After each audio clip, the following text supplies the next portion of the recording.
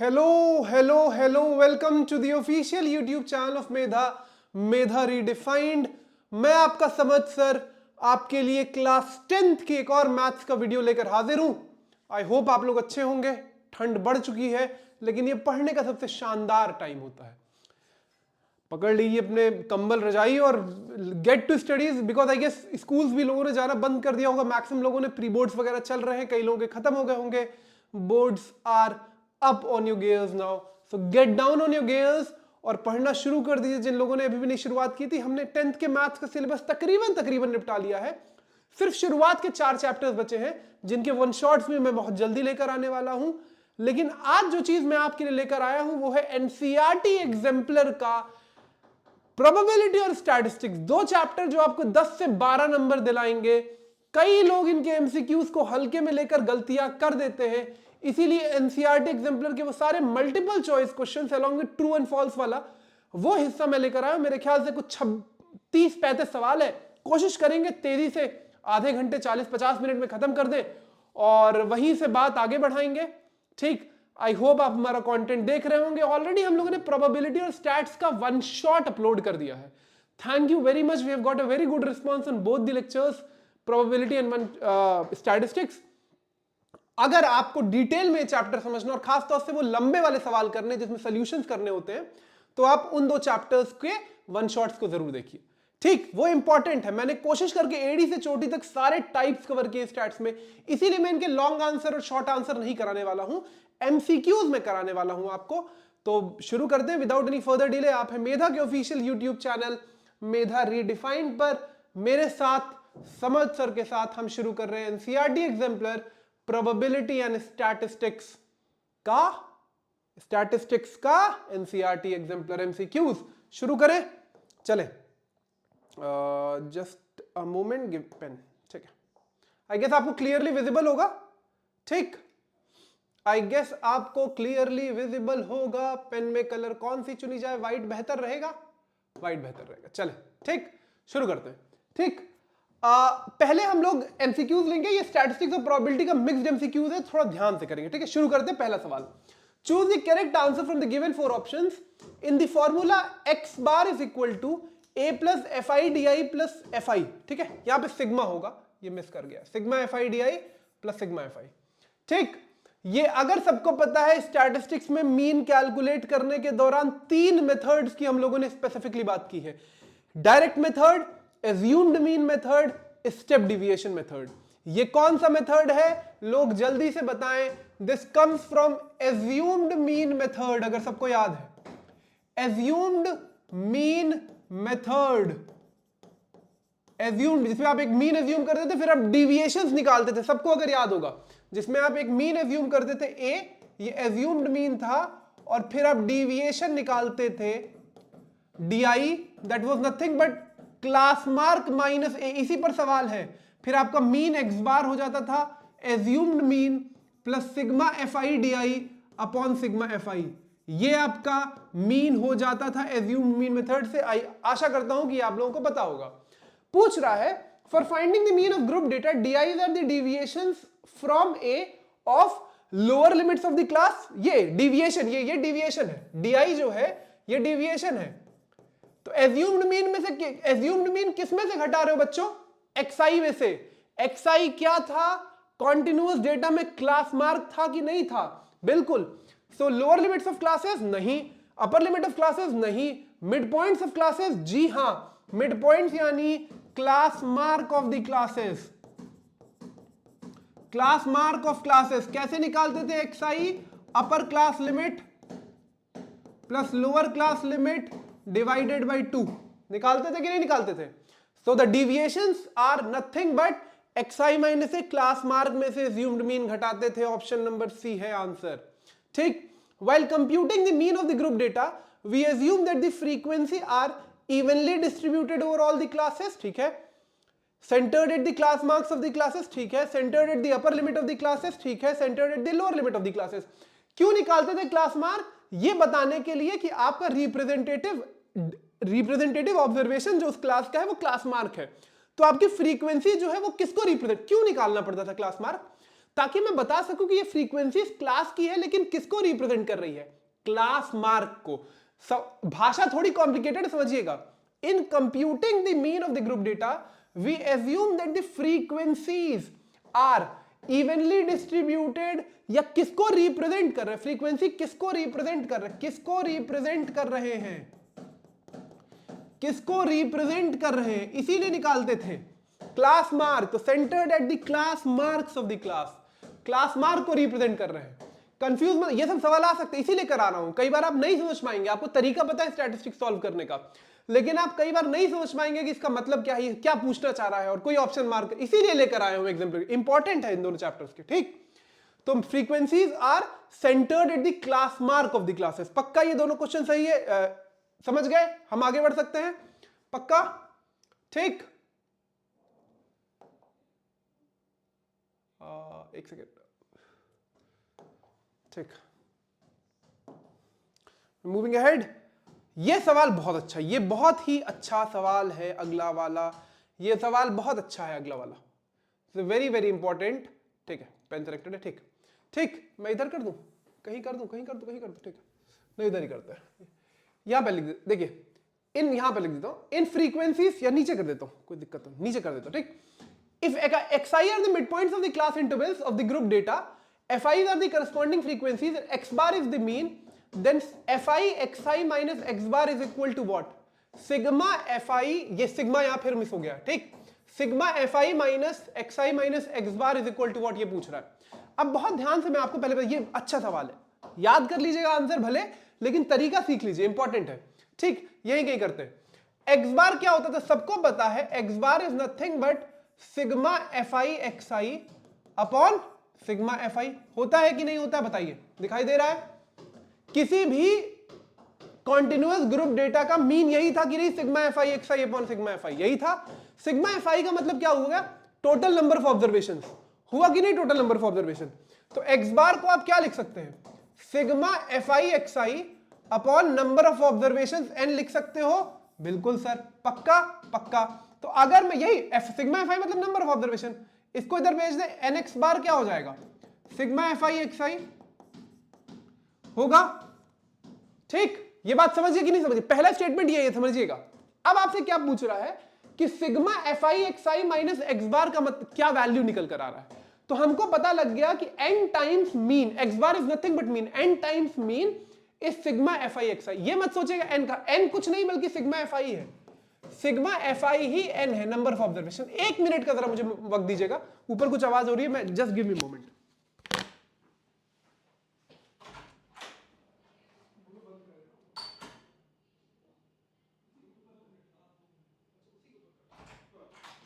ठीक ठीक ठीक, सॉरी गाइस, ठीक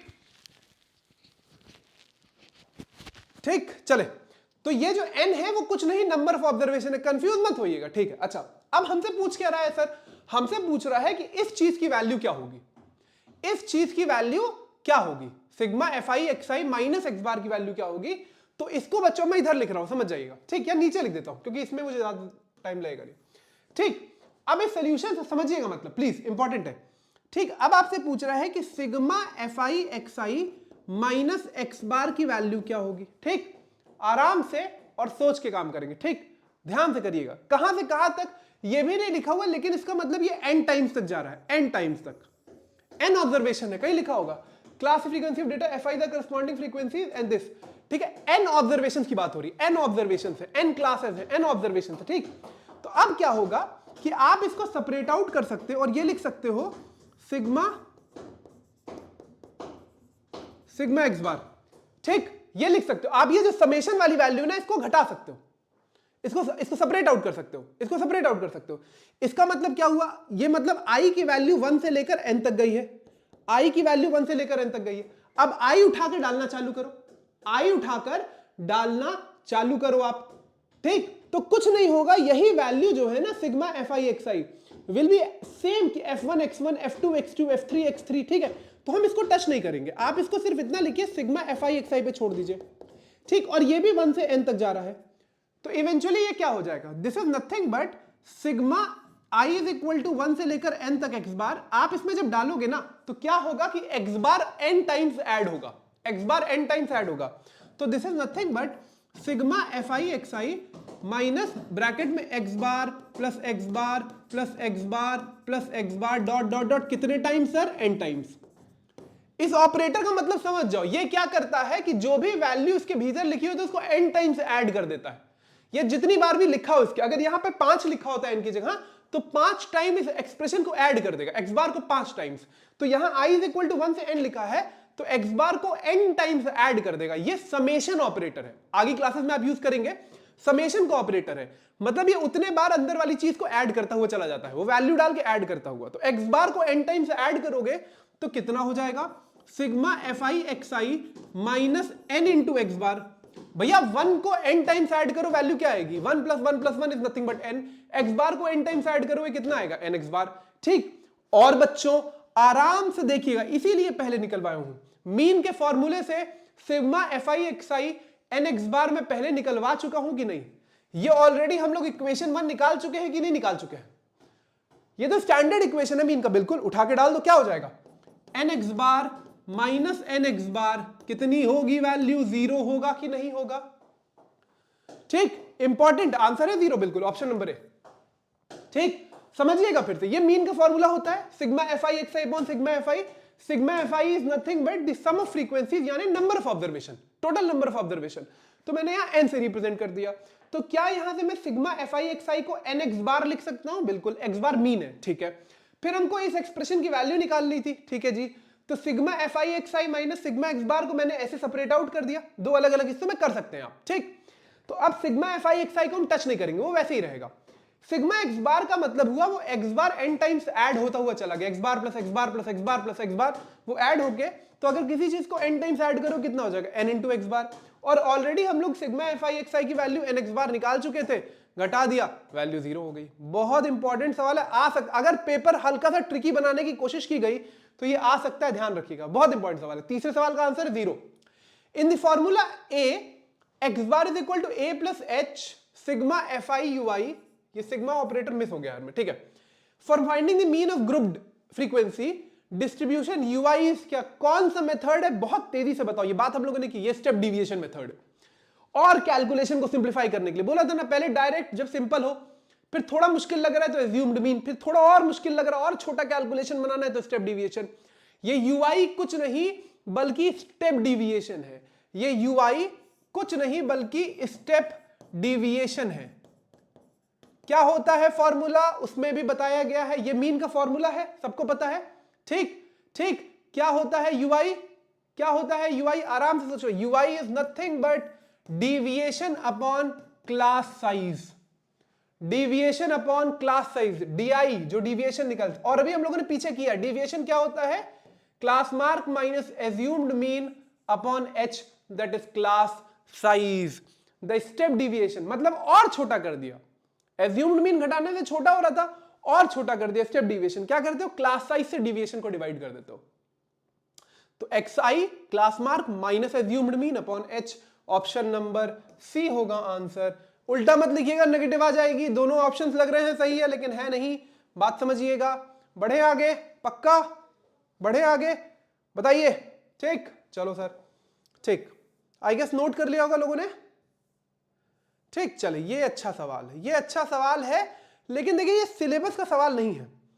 the abscess of point of intersection of less than and more than type cumulative frequency curves of a grouped data is, देखिए आएगा नहीं, ये ओजाइव का सवाल है। एक पहले एक सिलेबस में होता था ओजाइव, स्टैटिस्टिक्स का एक आगे हैवी टॉपिक है, क्लास 11th वगैरह में जो लोग कॉमर्स वगैरह लेते हैं वो ओजाइव पढ़ते हैं बहुत अच्छे से। लेस देन और मोर देन, अभी हम लेस देन और मोर देन वाले कर्व्स किए, उनका इंटरसेक्शन पॉइंट क्या होता है आप याद कर लीजिए, लेकिन आएगा नहीं, मेरी बात मानिए, आएगा नहीं। इसका आंसर होता है मीडियन। ठीक, तो क्यूमुलेटिव फ्रीक्वेंसी जो होती है उनका इंटरसेक्शन पॉइंट हो जाता है तो वो मीडियन निकल कर आता है। क्यूमुलेटिव फ्रीक्वेंसी की बात कब करते हो, मीडियन में, इतना याद रखना। लेस देन मोर देन में क्यूमुलेटिव फ्रीक्वेंसी दिया होता है, जी हाँ। क्यूमुलेटिव फ्रीक्वेंसी की बात कब करते हो, मीडियन के केस में, तो सिर्फ मीडियन हो सकता है आंसर और कुछ नहीं हो सकता। ठीक, for the following distribution the sum of the lower limit of the median class and the modal class is what. ठीक है, ठीक है, lower limit of median class and modal class. Median class और मॉडल क्लास पहचानने का तरीका सबको पता है, ठीक, क्या मैं यहीं पर क्यूमुलेटिव फ्रीक्वेंसी निकाल दूं? यहीं पर क्यूमुलेटिव फ्रीक्वेंसी निकाल दूं? मीडियन के लिए निकालना पड़ेगा, बताइए क्यूमुलेटिव फ्रीक्वेंसी निकाल दूं? मीडियन के लिए निकालना पड़ेगा, बिल्कुल सर निकाल दो। कितना हो जाएगा? 10, 10 प्लस 15 25, 25 प्लस 12 37, 37 प्लस 20 57, 57 प्लस 9 66 होगा। एक बार क्रॉस चेक कर लेते हैं। ऐसे ही तो निकालते थे अगली फ्रीक्वेंसी ऐड करके। 10 उतारा, 15 25 37 57 66। ठीक है जी। ठीक, तो मीडियन क्लास निकालने के लिए क्या चेक करते थे कि नंबर ऑफ टोटल फ्रीक्वेंसी कितनी होगी? 66। इसको ऐड करोगे टोटल फ्रीक्वेंसी कितनी आएगी? 66। n/2th ऑब्जर्वेशन कौन सी क्लास को लाई कर रहा है, यही तो चेक करते थे। 66/2 33rd ऑब्जर्वेशन कौन सी क्लास को लाई कर रहा है? क्यूमुलेटिव फ्रीक्वेंसी से देखो और बताओ 33rd ऑब्जर्वेशन कौन सी क्लास को लाई कर रहा है? 10 से 25, 25 से 37, मतलब 26 से लेकर 25 से लेकर 36 ऑब्जर्वेशन तक इस क्लास को लाई कर रहा है। यह है आपका मीडियन क्लास, यह है आपका मीडियन क्लास। तो मीडियन क्लास क्या हुआ? मीडियन क्लास क्या हुआ? मीडियन क्लास क्या हुआ? 10 से 15। ओके, पक्का? एक चीज सबको याद है, क्यूमुलेटिव फ्रीक्वेंसी निकालते थे, फिर देखते थे कि n/2th ऑब्जर्वेशन कौन सा में लाई कर रहा है। n क्या है? टोटल सम ऑफ फ्रीक्वेंसीज जिस क्लास को लाई कर रहा है। क्यूमुलेटिव फ्रीक्वेंसीज देखना, वही मीडियन क्लास हो जाएगा। Lower limit of median class क्या हो गया? 10, एक वैल्यू मिल गई। मॉडल क्लास देखने के लिए क्या करते थे? कुछ करना है? कुछ नहीं, सबसे ज्यादा फ्रीक्वेंसी जिस क्लास की वो मॉडल क्लास। सबसे ज्यादा फ्रीक्वेंसी कौन सी क्लास की है? 15 से 20। तो ये हो गया मॉडल क्लास, ये हो गया मीडियन क्लास। मीडियन क्लास का लोअर लिमिट 10 है, मॉडल क्लास का लोअर लिमिट 15 है। ध्यान से पढ़ना, the sum of lower limits of median and modal class 10 plus 15 25। मॉडल क्लास पहचाना, मीडियन क्लास पहचाना, बात खत्म कर दी। कोई दिक्कत है तो बताइए तेजी से। ठीक, ऊपर कर दे, इसको कर दो। Consider the following frequency distribution class 0 से 5, 6 से 11, 12 से 17, 18 से 23, 24 से 29 फ्रीक्वेंसी दी हुई अपर लिमिट ऑफ मीडियन क्लास। दिक्कत क्या है? हमेशा बोला है स्टैटिस्टिक्स में, कोई भी स्टैटिस्टिकल एनालिसिस पैरामीटर लगाने से पहले, मीन मीडियन मोड कुछ भी निकालने से पहले क्लास कॉन्टिन्यूअस बनाओ। अगर कॉन्टिन्यूअस नहीं है, कॉन्टिन्यूअस है नहीं है सर, तो यहां पे साइड में बना लेते हैं। ठीक, साइड में बना लेते हैं। क्लास क्या क्या जरूरत पड़ेगी? Class frequency cumulative frequency, class frequency cumulative frequency यहां निकाल लेते, फिर तो सब पता लग जाएगा। ठीक, दिखाई दे रहा है? बिल्कुल ठीक। अब बताओ, क्लास 0 से 5 है, 6 से 11 क्या करते थे कॉन्टिन्यूअस बनाने के लिए? 9th में भी बात करते हैं, 10th में भी बात करेंगे। इनके बीच में जो डिफरेंस है, कितने का डिफरेंस है 5 और 6 के बीच में? 1 का। 1 को 2 से डिवाइड कर दो और हर क्लास की लोअर लिमिट में सब्ट्रैक्ट कर दो, अपर क्लास लिमिट में ऐड कर दो। ठीक है, डिफरेंस कितना है 5 और 6 में? 1। 1 को 2 से डिवाइड करो 0.5, subtract from lower limit of each class, add to upper limit of each class, add to upper limit of each class। ठीक, तो अब कॉन्टिन्यूअस बनाने के लिए क्या हो जाएगा बताओ, तेजी से बताओ, जल्दी से जल्दी से। 0 से 5.5, ठीक है सर। ठीक, नेगेटिव में नहीं जा रहा है क्योंकि हाँ ठीक है। 5.5 से 11.5, जी बिल्कुल। 6 में से 0.5 घटा, 11 में ऐड किया। 11.5 से 17.5, ठीक है सर, समझ गए ना? हर क्लास में घटा रहे हैं, हर क्लास में ऐड कर रहे हैं। 17.5 से 23.5, ठीक है सर। 23.5 से 29.5 तक। सबको दिखाई दे रहा है? सबको दिखाई दे रहा है? बिल्कुल। हर क्लास में लोअर लिमिट घटा है, 0 में नहीं घटा रहा हूं क्योंकि नेगेटिव हो जाएगी वैल्यू। हर क्लास में अपर लिमिट में ऐड कर दिया, लोअर लिमिट में घटा दिया। तो 5.5 से 11.5, 11.5 से 17.5, 17.5 से 23.5, 23.5 से 29.5। ठीक है, फ्रीक्वेंसी लिखे, लिखो सर। 13, 10, 15, 8, 11, 13, 10, 15, 8, 11। आई गेस दिखाई दे रहा है? बिल्कुल। क्यूमुलेटिव फ्रीक्वेंसी क्या हो जाएगी? ये ऐसे उतारो, फिर ऐड करो 23, ऐड करो 38, ऐड करो 46, ऐड करो 57, ऐड करो 57। सम ऑफ फ्रीक्वेंसीज कितना है? 57। पक्का? पक्का बात समझ गए? ये मिटा दूं? मिटा दो सर। n/2 है तो कौन सी ऑब्जर्वेशन? n/2 फ्रीक्वेंसी का सम कितना है 57, n/2 57/2 कितना हो जाएगा 28.5। 28.5 ऑब्जर्वेशन किस क्लास में लाई कर रहा है? कोई ऑब्जर्वेशन 28.5 ऑब्जर्वेशन हो सकता है? नहीं। तो अगला होल नंबर देखो, 29th ऑब्जर्वेशन कौन सी क्लास में लाई कर रहा है? इसमें लाई कर रहा है। 29th ऑब्जर्वेशन इस क्लास में, 23 से 38 है ना, तो 29th इसमें लाई कर रहा है। 29 इसमें लाई कर रहा है। अपनी मीडियन क्लास क्या हो गई? मीडियन क्लास क्या हो गई? 11.5 से 17.5 तक ना, 11.5 से 17.5 तक। क्या पूछ रहा है? अपर limit of the median class is nothing but 17.5। गलती लोग कर देंगे अगर कॉन्टिन्यूअस नहीं बनाएंगे। ध्यान रखिए, बिना कॉन्टिन्यूअस के काम नहीं होगा। कॉन्टिन्यूअस बना लेना तभी लगाना, आंसर गलत आ जाएगा। ठीक है ही नहीं कोई ऑब्जर्वेशन, 18 है लेकिन गलत हो जाएगा। ठीक, पक्का? चले बढ़ जाए आगे, बढ़ो सर। चलो चलो चलो चलो चलो चलो चलो चलो चलो, ठीक है जी, ठीक ठीक। चले, for the following distribution the modal class, ये तो देख के बताना है मॉडल क्लास। अच्छा ना ना ना ना ना ना ना ना ना ना ना ना, देख के कैसे बताना है? देख के कैसे बताना है? More than, below than, more than, below than, कैसे काम बनेगा? बहुत इंपॉर्टेंट। ये बिलो वाली सीरीज दी हुई है, बिलो वाली सीरीज दी हुई है, बिलो वाली सीरीज दी हुई है। मोर देन लेस देन वाले में ये जो दिया होता है ये क्यूमुलेटिव फ्रीक्वेंसी है। This is not frequency, this is cumulative frequency, keep in mind. तो क्लास बना लो पहले। क्लास क्या हो जाएगा? लेस देन 10 मतलब बिलो 10। अब हम ये मान रहे हैं कि 0 सबसे मिनिमम मार्क है, हम मान रहे हैं 0 सबसे मिनिमम मार्क है। तो 0 से 10, बिलो 20, 10 से 20, बिलो 30, 20 से 30, बिलो 40, 30 से 40, बिलो 50, 40 से 50, एंड बिलो 60, 50 से 60। ठीक है जी, 6 क्लास हो गई। ये क्यूमुलेटिव फ्रीक्वेंसी है। ये क्या है? क्यूमुलेटिव फ्रीक्वेंसी है। तो फ्रीक्वेंसी निकालने का तरीका क्या है? क्योंकि मॉडल क्लास कैसे पकड़ोगे? जिसकी फ्रीक्वेंसी सबसे ज्यादा है, क्यूमुलेटिव फ्रीक्वेंसी नहीं। तो मोर देन वाले में और लेस देन वाले में हमेशा क्यूमुलेटिव फ्रीक्वेंसी दी होती, फ्रीक्वेंसी नहीं। हम फ्रीक्वेंसी निकाल रहे हैं, क्या करना है? 3 एज इट इज लिखो। क्यूमुलेटिव फ्रीक्वेंसी निकालने के लिए अगर ऐड कर रहे थे ना, अब फ्रीक्वेंसी निकालने के लिए घटा दो। तो 12 में से 3 घटा दो, कितना हो जाएगा? 9। 27 में से 12 घटा दो, 15। एक घटा दो, 57 में से 27, 20।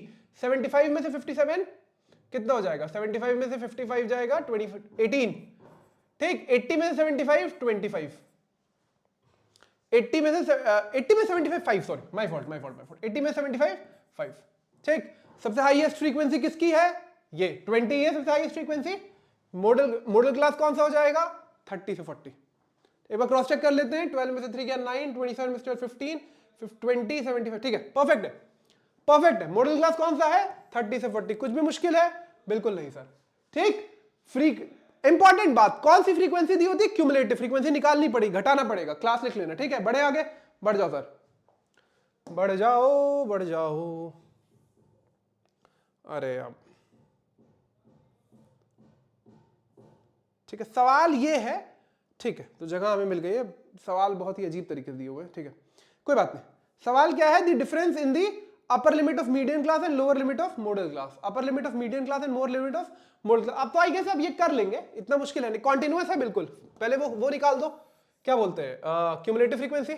आ जाओ, ये तो निकल ही आएगा। क्यूमुलेटिव फ्रीक्वेंसी क्या होगी? 4 + 5 9, 9 + 13 22, 22 + 20 42, 42 + 15 40 56, 63 67। एक बार चेक कर लेते हैं। 4 + 5 9, + 13 22, + 20 42, + 14 56, 56 + 7 63, 63 + 4 67। ठीक है, total number of frequency n/2th observation कहां लाई कर रहा है? 67/2, दैट इज 33.5। फिफ्थ ऑब्जर्वेशन हो नहीं सकता, मतलब आप चेक करोगे 34th ऑब्जर्वेशन कौन सी क्लास में लाई कर रहा है? चेक करके बताओ। 22 और 42 के बीच में, माने ये आपका मीडियन क्लास, ये आपका मीडियन क्लास है। मीडियन क्लास कितना हो गया? मीडियन क्लास कितना हो गया? 125 से 145 तक। ठीक है, लोअर लिमिट के बारे में पूछ रहा है। लोअर लिमिट के बारे में पूछ रहा है जी, बिल्कुल। Lower limit of median and modal class, ठीक है। मॉडल क्लास कौन सी होगी? जिसकी फ्रीक्वेंसी सबसे ज्यादा आ रहा है, वाह, वही है क्या? मॉडल क्लास भी वही है, मॉडल क्लास भी वही है, बहुत बढ़िया। मॉडल क्लास भी क्या है? मॉडल क्लास भी क्या है? 125 से 145 इसकी फ्रीक्वेंसी सबसे ज्यादा है, तो मॉडल प्लस क्या आंसर हो जाएगा? Lower limit plus lower limit, 125 plus 125 that is 250। I guess आप ये समझ गए होंगे, आप देख लीजिए क्योंकि मूव करूंगा तो ये हट जाएगा। ठीक ठीक, बढ़े आगे। ऑप्शन देख लेते हैं क्या? 250। अच्छा, डिफरेंस पूछ रहा है, डिफरेंस पूछा था, माय फॉल्ट, डिफरेंस पूछा था। तो डिफरेंस क्या हो जाएगा? कोई बात नहीं, डिफरेंस क्या हो जाएगा? ऊपर कर लेते पहले। डिफरेंस क्या हो जाएगा? My fault my fault my fault my fault. Difference क्या हो जाएगा? डिफरेंस पूछा था तभी तो। डिफरेंस हो जाएगा 250 माइनस 250, जीरो। दोनों सेम था। 125 माइनस 125, माय फॉल्ट। 125 माइनस 125, मैंने सम पढ़ लिया, सॉरी। ठीक, तो आंसर जीरो है, आंसर जीरो है। दोनों के सेम ही तो थे, सेम ही मॉडल मीडियम क्लास था ना, तो सेम हो गया तो मतलब हमेशा जीरो ही होगा। चले, ठीक। The time in seconds taken by 150 athletes to run a 110 meter hurdle race are tabulated below.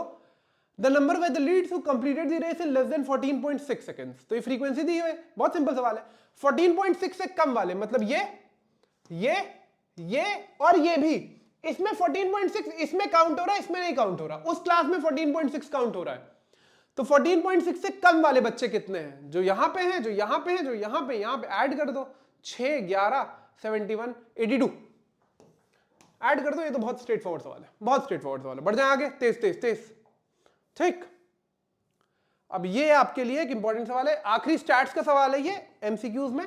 ठीक, आखिरी स्टैट्स का सवाल है एमसीक्यूज में। मोर देन वाला कर्व है, more than 0, 0 more than 10, more than equal to 20, more than equal to 30, more than equal to 40, more than equal to 50। ठीक है, पहले क्लास बना लीजिए, इधर बना लो सर। ठीक, पहले क्लास बना ले। ठीक है, तो ये हो जाएगा 0 से 10, पहला क्लास। मोर देन और इक्वल टू 0, तो 0 से 10, मोर देन और इक्वल टू 10 से 10 से 20, मोर देन इक्वल टू 20, 20 से 30, मोर देन इक्वल टू 30, 30 से 40, मोर देन इक्वल टू 40, 40 से 50, और गैप दे दिया ना क्योंकि हर बार वो रिपीट हो रहा है। 50 एंड अबव, 50 एंड अबव, अब उसके आगे में नहीं पता 50 से कहां तक जा रहा है हमें नहीं पता। ठीक है, ठीक, ये फिर बच्चों क्यूमुलेटिव फ्रीक्वेंसी दी है। This is again more than less than वाले में ये क्यूमुलेटिव फ्रीक्वेंसी दी है, फ्रीक्वेंसी निकालनी पड़ेगी। कैसे निकालोगे फ्रीक्वेंसी? कैसे निकालोगे फ्रीक्वेंसी? लेस देन वाले में क्या कर रहे थे? नीचे से ऊपर वाला घटा रहे थे, इसमें ऊपर से नीचे वाला घटाओगे। सबट्रैक्ट इससे इसको करोगे, इसको इससे करोगे, तो 63 minus 58 5, 58 minus 55 3, 55 minus 51 4, 51 minus 48 3, 48 minus 42 6, 42 minus आगे में नहीं पता 0, तो 42 है, मोर देन 42 है, तो आखिरी वाले क्लास की 42 ही हो जाएगी। भाई मोर देन और इक्वल टू 50 जो है वो 42 बच्चे हैं, आप वैसे भी समझ जाइएगा। तो 50 एंड अबव में कितने होंगे? 42 बच्चे होंगे, सिंपल। ये हो गई फ्रीक्वेंसी। क्या पूछ रहा है? The frequency of the class 30 to 40, 30 to 40, ये वाला चौथा क्लास 30 टू 40। लेस देन वाले में क्या कर रहे थे? इसमें से इसको घटा रहे थे, मोर देन वाले में उसमें से इसको, क्योंकि मोर देन का मतलब सारे लोग काउंट हो गए, 0 से लेके अंत वाले सारे काउंट हो गए, तो हमेशा अगला घटाओगे ना। बात समझ गए? तो ऑप्शन है 3। ठीक है, बढ़ जाए प्रोबेबिलिटी पे, सबको अंदाजा है। If an event can not occur then its probability is what? It is nothing but 0। कौन सा इवेंट हो सकता? अकर ही नहीं कर सकता, इम्पॉसिबल इवेंट, इम्पॉसिबल इवेंट। बात समझे? Impossible event. Which of the following cannot be a probability of event? Which of the following cannot be a probability of event? ठीक, Which of the following cannot be a probability of event? 1/3 हो सकता है, 0.1 हो सकता है, 3% का मतलब 3/100 हो सकता है। क्या हम चेक कर रहे हैं? पहले ये समझ जाओ क्या नहीं हो सकता। कभी भी किसी भी चीज की प्रोबेबिलिटी नेगेटिव नहीं हो सकती, 1 से बड़ी नहीं हो सकती। नेगेटिव नहीं हो सकती, 1 से बड़ी, 1 0 और 1 के बीच में included. So probability of any event की वैल्यू या तो 0 के बराबर, या तो 1 से। इम्पॉसिबल श्योर और इसके बीच में हमेशा रहेगी, 1 से बड़ी नहीं, 0 से छोटी। नेगेटिव नहीं हो सकती, 1 से बड़ी नहीं। ये 0 और 1 के बीच में, ये 0 और 1 के बीच में, ये 0 और 1 के बीच में, ये बड़ा है, न्यूमरेटर बड़ा हो गया। तो आंसर है which can not be a probability of event 17/60, can not be greater than 1 और कैन नॉट बी नेगेटिव। ठीक, बढ़ जाए आगे, बढ़ जाओ सर। ठीक, कर लिया। An event is unlikely to happen, then its probability is closest to. An event is unlikely to happen, then its probability is closest to. अगर unlikely है मतलब impossible event मतलब zero probability, तो किसके सबसे closest है? सबसे छोटी वैल्यूज में से कौन सी है? जिसमें डेसिमल प्लेस सबसे ज्यादा है 0.001. पक्का पक्का. If probability of event is p, the probability of its complementary event. अगर probability of event p है तो probability of e complement क्या होता है? 1 minus probability of e. e complement का मतलब not e. अगर जब e नहीं अगर कर रहा है तो टोटल में से e घटा दे रहे हैं. That is nothing but 1 minus p. Option number C बहुत स्ट्रेट फॉरवर्ड आंसर है. ठीक, चेक कर लीजिएगा, तेजी से गलती तो नहीं कर रहा हूं, बिल्कुल नहीं. 1 minus p, option number C. बढ़ जाते हैं. अच्छा, ये तो जल्दी जल्दी हो जाएंगे, बहुत अच्छे अच्छे सवाल है. ठीक ठीक. The probability express as a percentage of particular occurrence can never be less than 100. हो सकता है. लेस देन 0 हो सकता नहीं, हो सकता. ग्रेटर देन 1 भी नहीं हो सकता है. Can never be anything but a whole number. The probability of x percentage express as a percentage 100 से कम ही होगा. अच्छा हाँ ठीक है ठीक है. Anything but a whole number. Anything but a whole number. एक सेकंड रुक जाइए. देखिए इसका answer can never be less than 0. Negative नहीं हो सकती वैल्यू. आंसर तो बहुत श्योर है. थोड़ा सा 100 से कम तो हो सकता है. ग्रेटर देन परसेंटेज की बात कर रहा है. 3%, 8%, 100% हो सकता है. Anything but a whole number, ये वाला थोड़ा मिसगाइडिंग ऑप्शन है, ये समझ जाइएगा. Anything but a whole number का मतलब इसका मतलब होल नंबर के अलावा कुछ भी हो सकता है. ये भी थोड़ा मिसगाइडिंग ऑप्शन है. आई गेस ये ऑप्शन ठीक है नहीं उतना. तो आंसर लेस देन 0 का आप पकड़ लीजिए. नेगेटिव नहीं हो सकती वैल्यू, इतना ध्यान रखिएगा. वैल्यू नेगेटिव नहीं हो सकती. ठीक, बढ़े आगे. If P A denotes the probability of event A, then हम लोग ऑलरेडी बात कर चुके हैं 0 से लेकर 1 के बीच में बोथ इंक्लूडेड. 0 से लेकर 1 के बीच में both included. A card is selected from a deck of 52 cards. The probability of it being a red face card. बहुत अच्छा. कार्ड का बाइफर्केशन 52 कार्ड होते हैं. 26 रेड, 26 ब्लैक. ठीक है जी. फिर इसमें वो शेप्स होते हैं ना, शेप्स होते हैं. तो हर शेप के 13 कार्ड होंगे. हर सूट के 13. वो हार्ट्स, डायमंड्स, स्पेड्स और क्लब्स. 13 13 13 13. इन सब में फेस कार्ड होते हैं king, queen, jack. King, queen, jack सबके 3 फेस कार्ड होते हैं हर सूट के.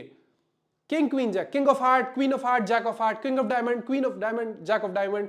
King of spade, club of queen of spade, jack of spade. King of club, queen of club, queen of jack of club. ठीक, total 12 face card होते हैं 52 में से. 52 में से टोटल 12 फेस कार्ड्स होते हैं. अब उस 12 फेस कार्ड्स में आपसे पूछा रेड फेस कार्ड. तो 12 अगर फेस कार्ड है तो 3 होंगे हार्ट्स के, 3 होंगे डायमंड के, 3 होंगे क्लब के, 3 होंगे स्पेड के. रेड वाले कौन से होते हैं? हार्ट्स और डायमंड्स.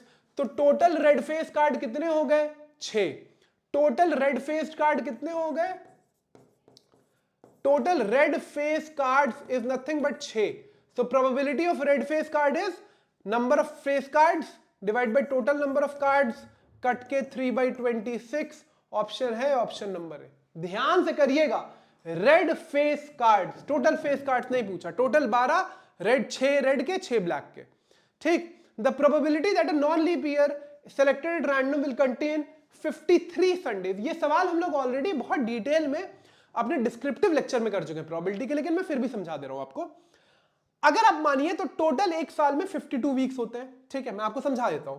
टोटल एक साल में 52 वीक्स होते हैं. जी बिल्कुल. 52 वीक्स में कितने दिन हो गए? 364 डेज हो गए. ठीक है. लीप ईयर में कितने दिन होते हैं? 366. ठीक है, समझ गए. टोटल एक साल में 52 वीक्स हो सकते हैं. ठीक है. टोटल डेज कितने हो गए 52 वीक्स में? 364. माने 52 संडे हो गए, 52 मंडे हो गए, 52 ट्यूसडे हो गए, 52 वेडनेसडे हो गए. ऐसे सारे 52 हो गए. पूछ रहा है लीप ईयर में क्या चांस है 53 संडेज होने के. अब बचे हुए 2 दिन जो है 366 माइनस 364, रिमेनिंग 2 डेज, ये कौन कौन से कॉम्बिनेशन हो सकते हैं? सो रिमेनिंग 2 डेज यहां लिख दूं, फिर मैं ऊपर कर दूंगा. ठीक. रिमेनिंग 2 डेज कौन कौन सा हो सकता है? Sunday Monday, Monday Tuesday, Tuesday Wednesday, Wednesday Thursday, Thursday Friday, Friday Saturday, Saturday Sunday. Total कितने कॉम्बिनेशन बन रहे हैं बच्चों? 7। इन 7 में से कौन कौन से में संडे आ रहा है? संडे, मंडे और सैटरडे संडे। भाई 52 हफ्तों में हो गए 364 दिन, 364 डेज, बचे 2 दिन, can be these 7 combinations. Out of these 7 combinations, how many combinations contain Sundays in it? 2 combination, Sunday Monday, Saturday Sunday. So the probability is nothing but in 7 combination जो बचे हुए 2 दिन के बन रहे हैं, इसमें से सिर्फ 2 कॉम्बिनेशन में संडे आ सकते हैं, मतलब 53 संडेज होने के chances is nothing but 2/7। Total 7 combinations, out of this 2 contains, sample space आपका वो हो गया। अगर आप एकदम प्रोबेबिलिटी के शक्ल में समझना चाहते हैं तो आपका सैंपल स्पेस ये हो गया, आपका इवेंट हो गया किसमें संडे आ रहा है। तो संडे आ रहा है 2 केसेस में, तो 2/7 बहुत इंपॉर्टेंट है। 2/7 अच्छा सवाल है, आ सकता है। ठीक, when a die is thrown the probability of getting an odd number less than 3, sample space क्या होता है डाई में? 1 2 3 4 5 6, ऑड नंबर लेस देन 3 बचा 1, टोटल प्रोबेबिलिटी क्या हो जाएगी? 1/6। 6 आउटकम है, 1 आने की प्रोबेबिलिटी है, लेस देन 3 पूछा ना, ऑड नंबर लेस देन 3। ठीक है, तो 1/6। बढ़ जाए आगे, ये अच्छा सवाल है, ये बहुत अच्छा सवाल है। ठीक, चलो सर बढ़ जाओ। ठीक, खत्म हो रहा है आई गेस, एमसीक्यूज तो खत्म ही हो रहा है। A card is drawn from a deck of 52 cards. The event is that card is not an ace of hearts. The number of outcomes favorable to E. एक कार्ड निकाला जा रहा है, बस ये ना हो कि वो एस ऑफ हार्ट हो। तो अगर हम लोग E को एस ऑफ हार्ट्स मान ले, इवेंट E को एस ऑफ हार्ट्स मान ले, तो प्रोबेबिलिटी ऑफ E कितना आएगा? टोटल 52 कार्ड्स में से, 52 कार्ड्स में से एस ऑफ हार्ट कितने होंगे? 1 होगा। हर शेप का एक एस होता है, टोटल 4 एस होते हैं। S of hearts, S of clubs, S of diamonds, S of spades. एक एस ऑफ हार्ट्स होगा, एक। तो प्रोबेबिलिटी ऑफ E क्या हो जाएगा? 1/52। आपसे क्या पूछ रहे हैं? नॉट एस ऑफ हार्ट्स, माने आपसे प्रोबेबिलिटी ऑफ E कॉम्प्लीमेंट पूछ रहा है, that is nothing but 1 - P of E, not ace of hearts. ठीक, that is nothing but 51/52। Total non ace of hearts 52 card में से 51/52 ऑप्शन है द कार्ड। अच्छा, the number of outcomes that favourable to E, तो 51। Probability नहीं पूछ रहा था, ये पूछ रहा था कितने आउटकम्स फेवरेबल है, तो 51 प्रोबेबिलिटी हो जाएगी 51/52। बात समझ गया पक्का? The probability of getting a bad egg in a lot of 400 is 0.035। The number of bad eggs in the lot is, ये बहुत अच्छा सवाल है, ये आ सकता है, ध्यान रखिएगा, this is a good problem. ये सवाल हम लोगों ने किया भी है। So probability of bad egg का फॉर्मूला क्या हो जाएगा? Number of bad eggs in the lot, number of bad eggs in the lot divided by total number of eggs. यही होगा कि नहीं होगा? Total number of eggs. ठीक है, क्या क्या पता है? प्रोबेबिलिटी पता है, टोटल नंबर ऑफ एग्स पता है, हमको नंबर ऑफ बैड एग्स निकालने हैं। तो प्रोबेबिलिटी कितनी दी हुई है? 0.035। ठीक, पक्का। नंबर ऑफ बैड एग्स को x मान लेते हैं, टोटल नंबर ऑफ एग्स 400 दिया हुआ है, यही तो दिया। देखिए, probability of bad egg is 0.035, total number of 400, number of bad eggs, x की वैल्यू निकालनी, उधर भेज दो। x is equal to 0.035 into 400, decimal place हटाओ, 3.5 इंटू 4, वैल्यू हो जाएगी 3 4 12, 0.5 4 2, 14। ऑप्शन है 14। ठीक, दिखाई दे रहा है नीचे? बहुत छोटा तो नहीं किया? नहीं, परफेक्ट है। ठीक है। A girl calculates the probability of her winning the first prize in lottery 0.08. If 6,000 tickets are sold, how many tickets did she got? बहुत बढ़िया, एकदम वही सवाल है जो पीछे वाला है। So probability of her winning, girl winning, is number of tickets girl buys divided by total number of tickets sold. सब तो दिया हुआ है, तो कितनी है प्रोबेबिलिटी? 0.08, क्या दिया हुआ है? 0.08 ना, हाँ ठीक है। तो 0.08 इज इक्वल टू, फिर मान लेते लड़की ने x टिकट्स खरीदे 6000, इधर भेज दो, x की वैल्यू क्या हो जाएगी? 0.08 इंटू 6000, डेसिमल प्लेस हटाओ, 2 हट जाएंगे तो 60 into 8, that is equal to 480 tickets. लड़की ने कितने टिकट्स खरीदे? 480 टिकट्स। भाई इसके जीतने की प्रोबेबिलिटी क्या होगी? जितने टिकट उसने खरीदे upon total number of tickets sold. ठीक है। One ticket is drawn at random from bag containing numbers numbered 1 to 40. The probability that the selected card is a number which is a multiple of 5. बहुत simple है ये तो, मतलब sample total cards कितने हो गए? 40 मल्टीपल 5 के कितने होंगे? तो ऐसे भी गिन सकते हो, एपी लगाने के 5 10 15 1 to 40 ना, 5 10 15 20 25 30 35 40 8 मल्टीपल है 5 के 40 में कितने मल्टीपल, 40 को 5 से डिवाइड कर दो, 8 मल्टीपल। तो ऑप्शन वुड बी 8/40 1/5 ऑप्शन है बिल्कुल। भाई मल्टीपल्स ऑफ 5 क्या होंगे, मल्टीपल्स ऑफ 5 कितने होंगे, ये सब लिखवाइए मत।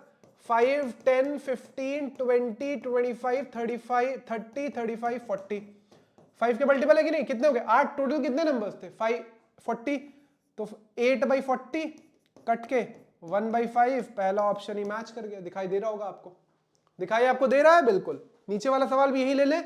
Someone is asked to take a number from 1 to 100, the probability that it is a prime is, अब ये तो आपको गिनना पड़ेगा। दुनिया में आज तक प्राइम नंबर्स में पैटर्न नहीं ढूंढा जा चुका है। अभी एक बहुत लैंडमार्क काम हुआ है प्राइम नंबर्स में, कुछ इनडायरेक्ट मेथड ऑफ कैलकुलेशन निकालने का, ठीक है, लेकिन किसी को नहीं पता है कि कितने प्राइम नंबर्स है, कहां खत्म हो रहा है, क्या कोई पैटर्न है, नहीं है, तो आपको गिनना पड़ेगा, वो आपको गिनना पड़ेगा। ये काम तो मैं आप पे छोड़ रहा हूं।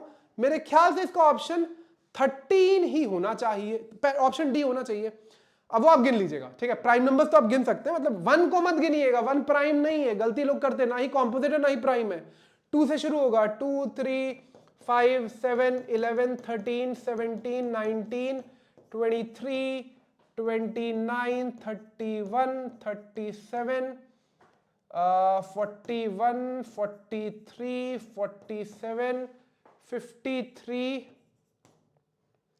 54 है, 59 आई गेस किसी का नहीं है, 55 40 नहीं है, 59 61 से है, 64 65 66 67 नहीं है, 69 है, 70 71 किसी में आता है, 7 1 8 नहीं, 71 73 77 है, 78 79 80 है, 81 आता है, 82 83 83 नहीं आएगा, 87 आएगा, ठीक है, और 91 भी आएगा, 93 भी आएगा, 31 3 था 93, 83 नहीं आता, किसी में नहीं आएगा, 83 नहीं आएगा ना, किसी में नहीं आएगा, 83 नहीं आएगा, 91 आएगा, 93 आएगा, 94 आएगा, 95 96 97 आई गेस नहीं है, 97 नहीं आता है किसी में, 39 कहता है, 30 नहीं आएगा।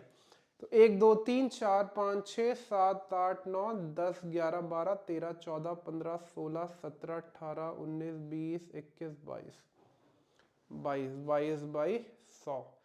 आई गेस मैं कुछ मिस कर गया फिर, क्योंकि मैच तो नहीं कर रहा है, 24 तो नहीं है, कुछ मिस कर रहा है। 2 3 5 7 11 13 17 19 23 29 24 25 26 27 28 तो है, 29 31 33 है, 37 नहीं है, 41 43 47 53 59 57 तो है, 57 तो 19 नोट ले, 59 61 मिस कर गया, 61 मिस कर गया ना, 61 मिस कर गया, यही गलती करते हैं आप, कैलकुलेट कर लीजिएगा। तो 24/50 है मेरे ख्याल से, तो 24/100 6/25 ऑप्शन होगा। फिर भी अगर क्रॉस चेक कर लीजिएगा, देखिए मैं इस पे मतलब ये गिनने वाला काम है वो आप कर लीजिएगा। वैसे आंसर इसका 24 ही है, 24 प्राइम नंबर्स होंगे, तो आप देख लीजिए। If I am missing on something please see it, ठीक, वी आर मूविंग अहेड। आखिरी सवाल and then will get to true and false, ठीक है, हो जाएगा खत्म। A school has 5 houses A B C D E, a class is 23 students, 4 from A, ठीक है, A में कितने हैं 4, ठीक है, B में कितने हैं 8, ठीक है, 4 हाउसेज हैं, C में कितने हैं 5, ठीक है, D में कितने हैं 2, ठीक है, तो 4 8 12 12 5 17 2 19, टोटल कितने थे, E में 4 हो जाएंगे, टोटल 23 है, सॉरी टोटल 23 है, टोटल 23 है, अच्छा आपको हटाना पड़ेगा सर, टोटल 23 है, ठीक है। क्या पूछ रहा है, the probability that the selected student is not from A B and C, not from A B and C मतलब from D and E, so probability that selected student is from D and E, not का मतलब 5 section में से 3 में क्या नहीं है, तो डी और ई, टोटल कितने हो जाएंगे 2 और 4 और 6/23, 6/23 option B. These are all 26 MCQs, बहुत अच्छे हैं, स्टैट्स के तो बहुत अच्छे MCQs थे। We are heading to the, इसमें जो दूसरा सोल्यूशन सेट है, we are heading to this true and false, ये बहुत अच्छा है, बहुत अच्छा है, तो we cannot skip this, ये इंपॉर्टेंट है। ये खत्म करते हैं और आपके सारे MCQs और ऑब्जेक्टिव सवाल खत्म हो जाएंगे। हमने अपने वन शॉट्स में तो बहुत डिस्क्रिप्टिव सवाल किए ही हैं। We'll take another 10 minutes I guess. The median of ungrouped data and the median calculated when the same data is grouped are always the same. Do you think this is the correct statement? Give your reason. वैसे इस तरीके के सवाल अब आते नहीं है, लेकिन जरूरी नहीं है, जरूरी नहीं है कि सेम हो, इज ऑलवेज द सेम ना। अगर उसी डेटा को जब आप ग्रुप कर देते हैं तो आप उसको देखते हैं क्लास मार्क के रिस्पेक्ट में, और जब आप नॉर्मल मीडियन निकाल रहे होते हैं अनग्रुप डेटा या रॉ डेटा का, तो आप ऑब्जर्वेशन देखते हैं कौन कितने ऑब्जर्वेशन इवन है तो ये हो जाएगा, ऑड है तो ये हो जाएगा। ग्रुप डेटा में एक अलग तरीके से मीडियन के कैलकुलेशन का फॉर्मूला भी अलग है। तो अगर उसी डेटा को मैं ग्रुप कर दूं, so the median can be different, it is not always the same, it can be different. So not true, not true. Why? Because mathematical calculations of both the cases are completely different. When you're calculating for ungrouped data or raw data, you're only seeing कि कितने observation है। When you're calculating for group data, तो आप median class देखते हैं, फिर उसमें पूरी चीज निकालते हैं। फॉर्मूला सबको पता है ना ग्रुप डेटा का, L plus n/2 minus C upon F into H, ये एक पूरा अलग तरीके का formula. How is this going to be same as ungroup data? Ungroup data में आप देखते हो तो आप देखते हो कि अगर ऑड नंबर ऑफ ऑब्जर्वेशन है तो n plus 1/2th ऑब्जर्वेशन हो जाता है मीडियन, और अगर इवन नंबर ऑफ ऑब्जर्वेशन है तो n/2th plus n/2 plus 1th divided by 2, यही ऑब्जर्वेशन हो जाता है, मीडियन यही हो जाएगा। तो मीडियन कैलकुलेशन के फॉर्मूलाज एकदम अलग है, तो it's not going to be same. In calculating the mean of the group data in the class of equal width, we use the formula x bar is equal to a plus sigma fi di upon fi di. In the calculating the mean of group data grouped in classes of equal width, we may use the formula, कुछ नीचे भी है क्या इसके, we need to see, just give me a moment, हमको देखना पड़ेगा नीचे कुछ है क्या, where a is the assumed mean। अच्छा ठीक, ये सवाल बहुत ही बाइफर्केटेड, आप समझ जाइए। ये फॉर्मूला है लोकल का, where a is the assumed mean, a must be one of the midpoints of the class, is the last statement correct, justify your answer। ये पूछ रहा है assumed mean क्या हमेशा मिड पॉइंट ही होना चाहिए किसी ना किसी क्लास का, माने क्लास मार्क ही होना चाहिए?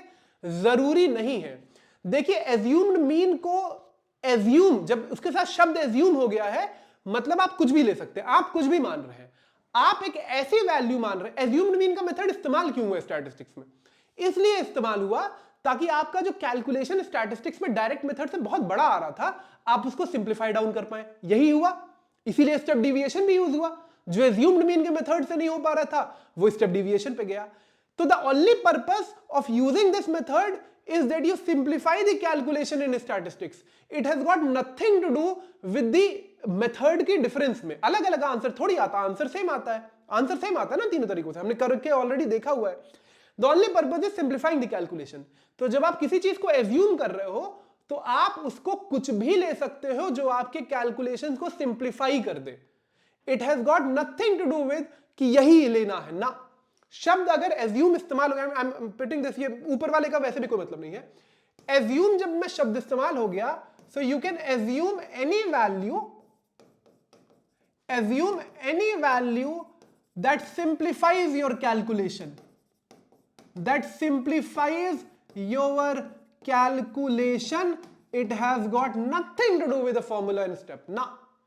फिर आप जब वो डेविएशन निकालते हो तो घटाते सब में से, यही ये फिक्स्ड है, एक्सआई में से ए घटाओगे क्लास मार्क में से, लेकिन आप कुछ भी एज्यूम कर लो कोई फर्क नहीं। So it is not always necessary to this to justify your answer, ये मैंने आपको बता दिया, बहुत अच्छे से बता दिया, ठीक। Is it true to say that the mean, median and mode of group data will always be different? Justify your answer, जी बिल्कुल नहीं। अभी हम लोगों ने एक देखा है सवाल जिसमें मीडियन क्लास और मॉडल क्लास सेम आ गया, तो मीडियन मोड सेम भी हो सकता है, ये कोई तय बात नहीं है कि अलग अलग आएगा, अलग आ सकता है, सेम भी आ सकता है। So not true, this can be different, मतलब इसका कोई मैथमेटिकल प्रूफ की जरूरत थोड़ी है, ये तो एक नॉर्मल सी बात है, दो चीजों के आंसर सेम आ सकते हैं, बिल्कुल आ सकते हैं, कोई दिक्कत नहीं, ठीक। Will the median class and modal class of a group data always be different? Justify your answer, बिल्कुल नहीं, बिल्कुल नहीं। मीडियन क्लास देखने के लिए आप ये देखते हैं कि n/2th ऑब्जर्वेशन कौन सी क्लास को लाई कर रहा है। मॉडल क्लास के लिए आप ये देखते हैं कि हाईएस्ट फ्रीक्वेंसी वाली क्लास कौन सी है।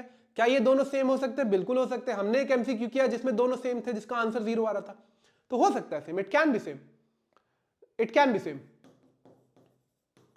It can be same. भाई कोई चीज सेम तब नहीं आएगी जब एक ही चीज से आप दो निकाल रहे हो, जब दो अलग अलग फॉर्मूले हैं, दो अलग अलग क्राइटेरिया है, दोनों का आपस में कोई लेना लादना नहीं है, तो बिल्कुल सेम आ सकता है, कोई दिक्कत नहीं है। In a family having 3 children there may be no girl, 1 girl, 2 girls और 3 girls. Probability that the probability of each is 1/4 is the answer correct? Justify your answer। Answer correct नहीं, लेकिन मैं आपको इसके लॉजिकल, क्योंकि मैं सैंपल स्पेस आपको बना के देख रहा हूं, पॉसिबल आउटकम्स क्या क्या हो सकते हैं। 3 बच्चे हैं तो या तो गर्ल होंगी या तो बॉय होंगी।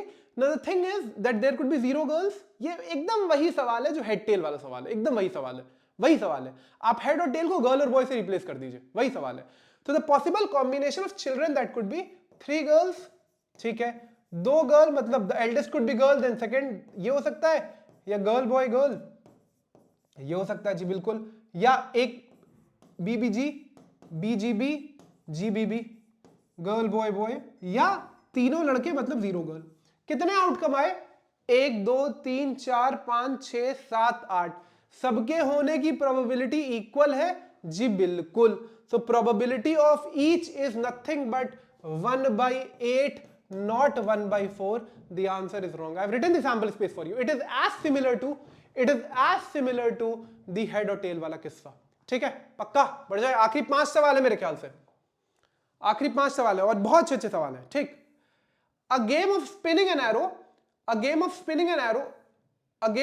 arrow which comes to the rest point at one of the regions 1, 2 और 3, फिगर दिया हुआ है, are the outcomes 1, 2, 3 equally likely to occur? Give reasons। अब आप देख रहे हो ये एक सर्कल रिप्रेजेंट कर रहा है। 1 वाला हिस्सा सर्कल का एक क्वाड्रेंट है मतलब 25%, 2 वाला हिस्सा सर्कल का एक क्वाड्रेंट है मतलब 25%, 3 वाला हिस्सा सेमी सर्कल है माने 50%। यही तो है, आपको डायग्राम देखे ये सेंटर है, ठीक। अब ये जो स्पिनिंग वाला एरो है ये 2 में लैंड करेगा, इसका क्या चांस है? इसका चांस है कि सर्कल में 2 वाले का हिस्सा कितना है, तो probability that it lands on 2 is nothing but 25/100%, 25% माने 1/4। Probability of it landing in 1 is nothing but 25%, 25/100 1/4। Probability of it landing in 3 is nothing but 50/100 1/2। तो क्या इक्वल प्रोबेबिलिटीज हैं? जी नहीं, क्योंकि स्पेसेस अलग अलग एज्यूम कर रहे हैं ना, इसीलिए, ठीक, पक्का पक्का। चले, अपूर्व थ्रोस, बहुत अच्छा, Apoorv throws 2 dice and compute the product of the numbers appearing on the dice. Pihu throws 1 die and squares the number that appears on it. Who has the better chance of getting the number 36? आइए देखते हैं। तो जब अपूर्व ने क्या किया, die को 2 बार फेंका, सैंपल स्पेस क्या होगा? 1 से लेकर 1 से लेकर 6 से लेकर 6 तक, टोटल कितने आउटकम होते हैं? 36। प्रोडक्ट 36 कब आएगा? प्रोडक्ट 36 कब आएगा? किस आउटकम में आएगा प्रोडक्ट 36? 6 पे, और किसी पे आ सकता है? सोच के देख लो, 5 × 6 30 होगा, सबसे मैक्सिमम प्रोडक्ट ही 36 है। So probability of Apurva getting 36 is nothing but probability of outcome 6,6, that is nothing but 1/36, ठीक है जी, पक्का पक्का। अब पीहू ने क्या किया है? Pihu throws the die and squared the number that appears on it. तो पीहू के लिए सैंपल स्पेस क्या हो जाएगा? पीहू का सैंपल स्पेस क्या होगा? पीहू का सैंपल स्पेस 1 का स्क्वायर 1, 2 का स्क्वायर 4, 3 का स्क्वायर 9, 4 का स्क्वायर 16, 25, 36, ठीक। क्या है आउटकम? 36। क्या हो सकती है प्रोबेबिलिटी? भाई इसके तो 6 ही आ रहा है। Probability of getting 36 is eventually probability of getting 6, क्योंकि वो स्क्वायर ही तो कर रहा है, so that is nothing but 1/6। अब देख के बता दीजिए कि दोनों में से किसकी प्रोबेबिलिटी ज्यादा है। अब ये बहुत अच्छा सवाल है, ये डिस्क्रिप्टिव में 2 नंबर में भी आ सकता है आपको जस्टिफाई करने के लिए। अपूर्व जो है वो 2 बार डाई फेंक रहा है और फिर अपने आउटकम्स का प्रोडक्ट निकाल रहा है, 36 आने की प्रोबेबिलिटी देख रहा है। एक ही आउटकम पे आ सकती है 6,6 पे, 6,6 क्या होगा? 36 बनाएगा, तो इसकी प्रोबेबिलिटी क्या हो गई? 1/36। पीहू क्या कर रही है? वो कर रही है कि जो भी नंबर आ रहा है डाई पे एक बार फेंक रही है, जो नंबर आ रहा है उसका स्क्वायर कर दे रही है, 1 का स्क्वायर 1, 2 का 4 और इस तरीके से। तो probability of getting 36 is eventually probability of getting 6, that is 1/6. Now 1/6 is greater than 1/36, सबको पता है, ठीक। तो पीहू के 36 आने की प्रोबेबिलिटी ज्यादा है, ठीक। When you toss a coin, there are 2 possible outcomes, head or tail. Therefore, the probability of each outcome is 1/2. Justify the answer. बिल्कुल true है, 50% होगा। इसीलिए तो कोई भी गेम कराने के लिए सबसे जो एप्ट तरीका है वो टॉसिंग द कॉइन है। क्यों? क्योंकि वो फेयरनेस को ध्यान रखता है, आखिरी 3 सवाल, we are done with it. A student says that if you throw a die, it will show up 1 or not 1, ठीक है। Therefore, the probability of getting 1 and the probability of getting not 1 is equal to 1/2. Is the option correct? नहीं। अगर एक बार die फेंक रहा है तो probability of getting 1 कितना होगा? 1/6। probability of not 1 क्या होगा? 1 minus probability of 1, that is 1 minus 1/6, that is 5। भाई not 1 का मतलब 2, 3, 4, 5, 6 में से कुछ भी आ सकता है ना, तो 5/6। If toss a coin 3 coins together, The possible outcomes are no heads, 1 head, 2 head, 3 head. So I say probability of no heads is 1/4. What is wrong with this conclusion? This conclusion is wrong. आपके sample space में 3 head आ सकता है, जब सिक्का 3 बार उछाल रहे हो, दो हेड आ सकता है, head head tail, tail head head, head tail head, head, और एक हेड आ सकता है तो tail tail head, tail head tail, head tail tail और ट्रिपल टेल। नो हेड का मतलब तीनों tail, so probability of no head मतलब ट्रिपल टी, दैट इज 1/8। भाई सारे इक्वली लाइकली आउटकम्स है ना, 1/4 कैसे हो जाएगा? 8 आउटकम आ रहे हैं। If you toss a coin 6 times and it comes down heads on each occasion, can you say that probability of getting a head is 1? Give reason. If you torn a coin 6 times, probability of getting a head is 1. Give reasons. If you toss a coin 6 times and it comes down heads on each occasion.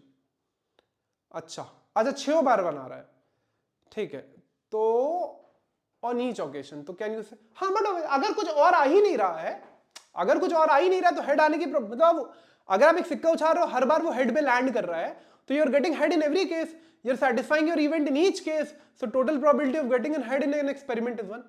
जब हर outcome पे head ही आ रहा है तो फिर कोई contention ही नहीं है ना किसी और आउटकम के आने का। So but obviously you are getting head in each case. ठीक, कुछ और है देख लिया जाए, कुछ और है देख लिया जाए, मेरे ख्याल से तो नहीं, we are done I guess. अच्छा नहीं है, 3 सवाल और है, ठीक है। Sushma tosses a coin 3 and gets tail each time. Do you think the outcome of the next toss will be a tail? Give reasons. Toss it 3 times and get tails each time. Do you think that the outcome of next toss will be a tail? No, no, no, no, no, no, no, no, नहीं हो सकता भाई। वो 3 बार सिक्का उछाल लिया, अगर तीनों बार टेल आ गया तो फिर अगली बार टेल आने के क्या चांस? ठीक, there is no option, मतलब वो सारे causes। if toss a coin 3 times and get head each time, should I expect a tail to have a higher chance in 4th toss? Give reason in support of your answer. If I toss a coin 3 times and get head each time, should I expect a tail to have a higher chance in the 4th toss? Give reason in support of your answer. ना भैया, आप जब एक पहली बार सिक्का उछाल रहे हो तो हेड और टेल आने की प्रोबेबिलिटी सेम है, दूसरी बार उछाल रहे हो तब भी सेम है। हर बार जब आप सिक्का का उछाल रहे हो, चाहे आप उसको n टाइम्स परफॉर्म कर रहे हो, every time the probability of getting head और tail is same each toss के लिए। टोटैलिटी में अगर पूछ रहा होता तो मैं कहता हाइयर है, लेकिन वो पूछ रहे कि अगले टॉस पे क्या हेड आएगा, ये ज्यादा चांस है ना। सिक्का अगर फेयर है तो हर टॉस में हेड या टेल आने की प्रोबेबिलिटी 1/2 ही है, irrespective of the number of times you perform an experiment. It does not make any difference to it. So in each toss, probability of head in each throw is 1/2. Total आप पूछोगे तो मैं बता दूंगा हाँ कि total उस outcome की, उस पर्टिकुलर हेड और फिर अगर मिलाकर हेड तो उसकी प्रोबेबिलिटी ज्यादा होगी, तो बात अलग हो जाएगी। आखिरी question, a bag contains slip numbers 1 to 100. If Fatima chooses a slip at random from the bag, it will either be an odd number or an even number. Since this situation has only 2 possible outcomes, the probability of each is 1/2. बिल्कुल ठीक बात है, क्योंकि 100 में से 50 odd number होंगे, 50 even number होंगे, तो एक ऑड नंबर की आने की प्रोबेबिलिटी 50/100 होगी, दैट इज 1/2।